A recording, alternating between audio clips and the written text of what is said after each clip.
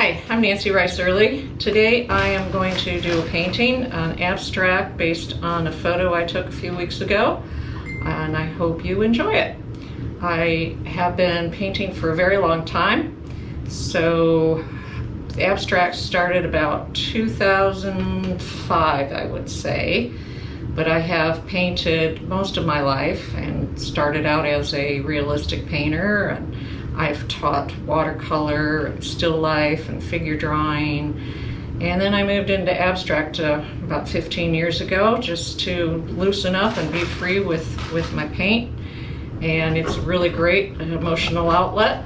So I started this painting, I did a little drawing of a different photograph, and then I decided to change it up to what we're going to do today because I started throwing some green and purple on it, and I think it needs to be more of a landscape than what I was doing before. So I'm going to do a little bit of a drawing to change the drawing up from what I had before, and we'll show you what I'm working from at some point here. But we just want to be real loose, even in the drawing, because it's just going to get covered in paint.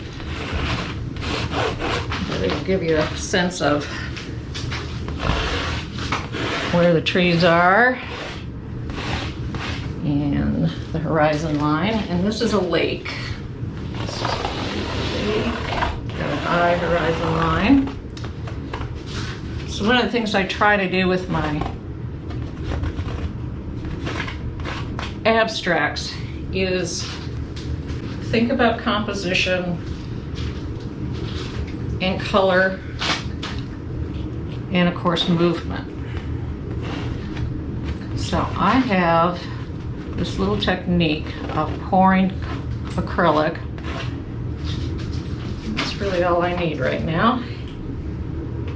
And you may or may not be familiar with pouring, the new pouring of acrylic paints, where they use glue and floaterol and silicone to make little bubbles, cells as they call them.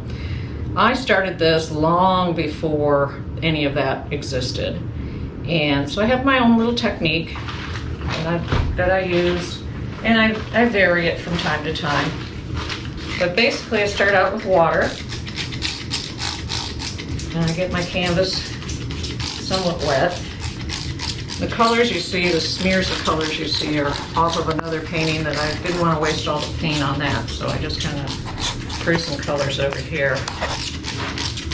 Those will get covered up. They get covered up all the time. One of the things about this technique is you can't get too attached,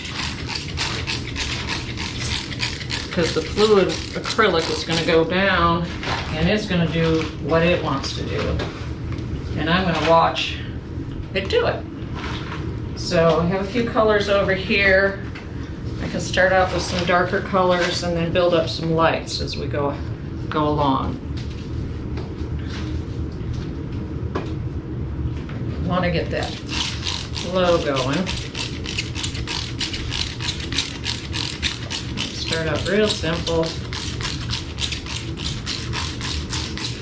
And the other trick to this is not getting too many colors going at once, or you get some real nice mud.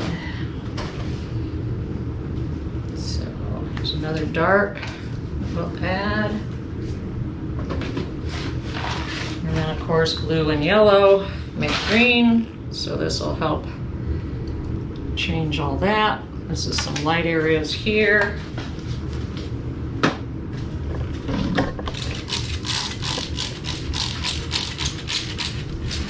So many layers are going to go onto this painting, and what we'll do is we'll start getting this one going and then move to another one that has a that's dry, and I can show you how I take things.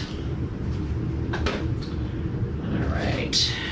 So this is all going to be water in here, so we might as well just get a little crazy with the paint, because this is a big swash of water. that's too green, which it is, I gotta find my blue. Okay, here's some blue.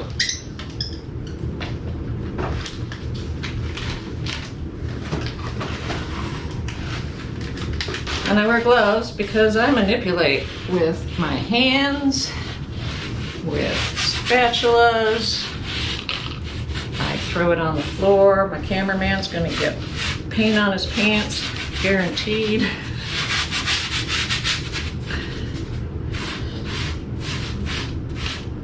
And these first layers are very transparent, very runny. Like I say, don't get attached because this is gonna change. Okay.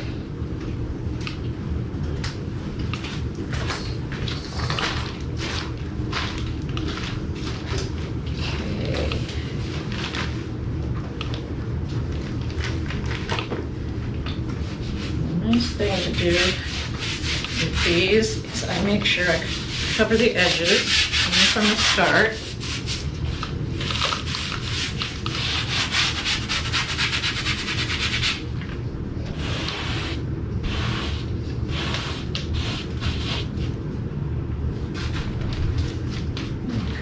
Here to the other side. Get my tree line in. Maybe, maybe not. No, it's gonna take a little bit.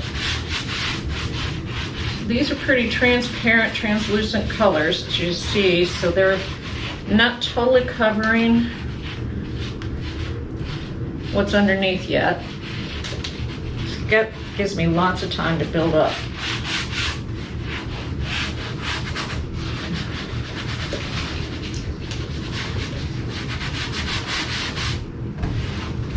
And I always keep a supply of rags around because I make a nice mess. So, what else can I tell you about me? I started painting, I would say probably in high school. Sold one of my first paintings to a science teacher. It was a night scene. I remember it well. There we go. It was a convent with a full moon, a lot of trees. It was really pretty. I think I sold it for 75 bucks. So, I'm not gonna tell you the year, but I've been a painter, a professional artist for eons.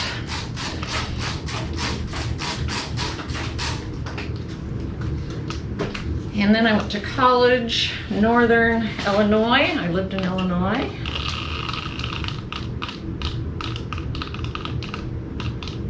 And then I moved to California. I had got to choose whether I wanted to be move back to my parents for the summer after my freshman year at college, or just go ahead and move to visit California, because I'd had a friend that had moved out there. And that was really a tough decision. Plane tickets were $99, so it was pretty no-brainer to go. And I loved it. So I stayed, went to work, didn't go back to school, took night classes in art almost, 10 years for a 2-year degree. And then I got married when I was in my mid-30s. And went back to school after that and got my 4-year degree in computer video imaging. So that was in the late 90s, just before the turn of the century. And I went into web design. So that was what was really hot when I got out of school. And I pretty much had a career in that. And all along, I paint. Because if I don't paint, I go a little nuts. You don't like to see me nuts.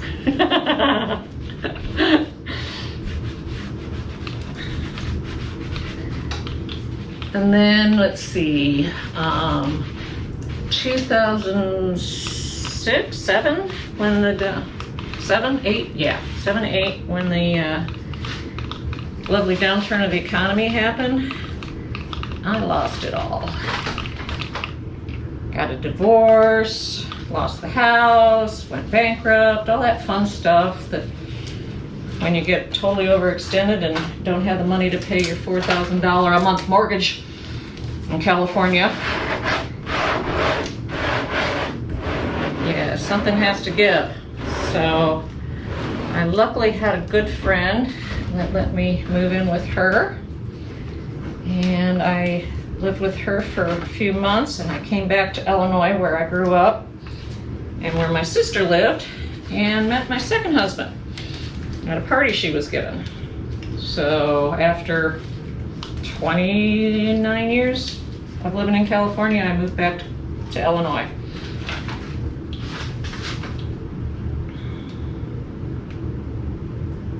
So the fun thing about this is how the paint interacts.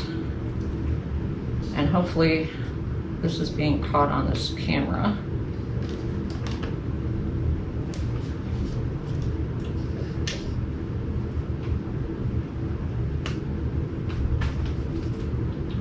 Because it does this great stuff. I don't know if you can see this, but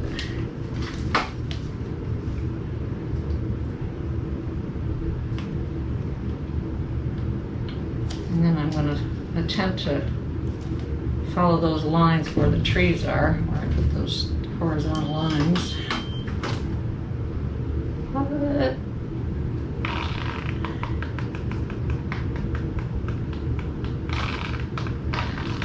that's going to be good.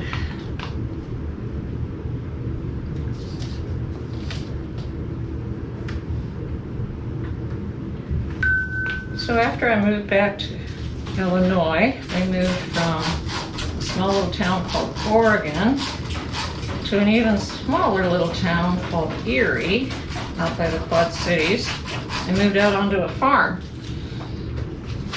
And the farm was fantastic. Had nothing but cornfields and bean fields around me, one neighbor. I had a studio that was an outbuilding, at one point was a chicken coop, and then it became my art studio. And it was about the size of a 1.5 car garage. So I filled that up real fast with fun stuff.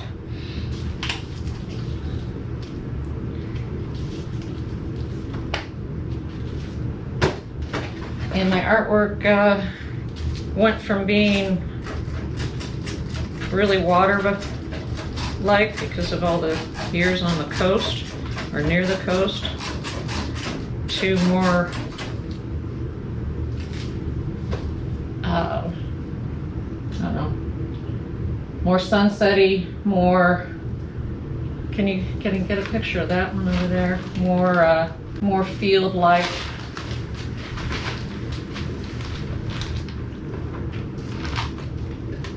So I, just had flat land to look out over. But it was beautiful.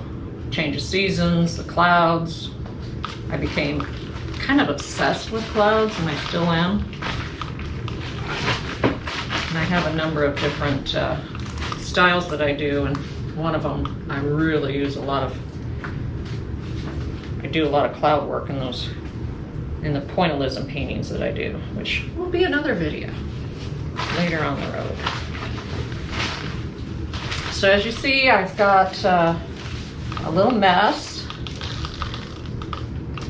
I don't want to do too much more right now, because if I do, it will start to become a little too dark and muddy. So I'm going to leave this for a minute.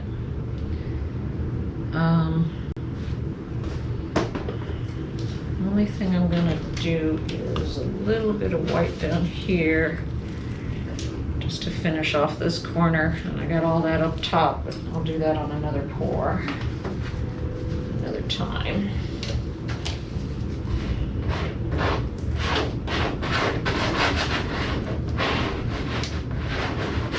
And if you see me looking over to the left, I keep looking at my photograph over there.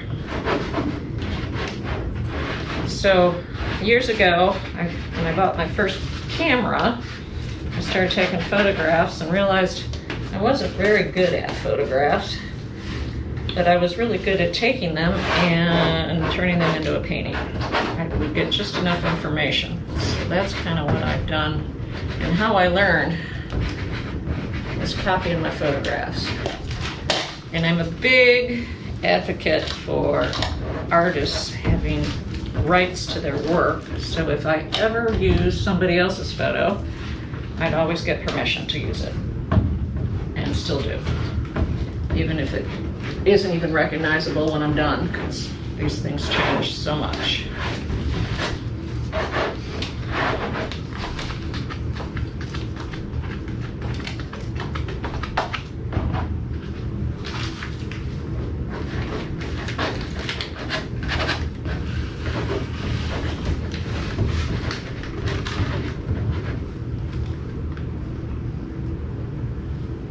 All right, I think that's all I'm going to do at this point. Okay.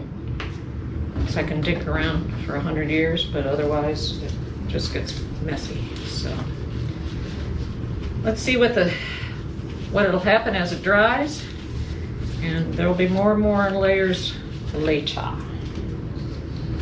Okay.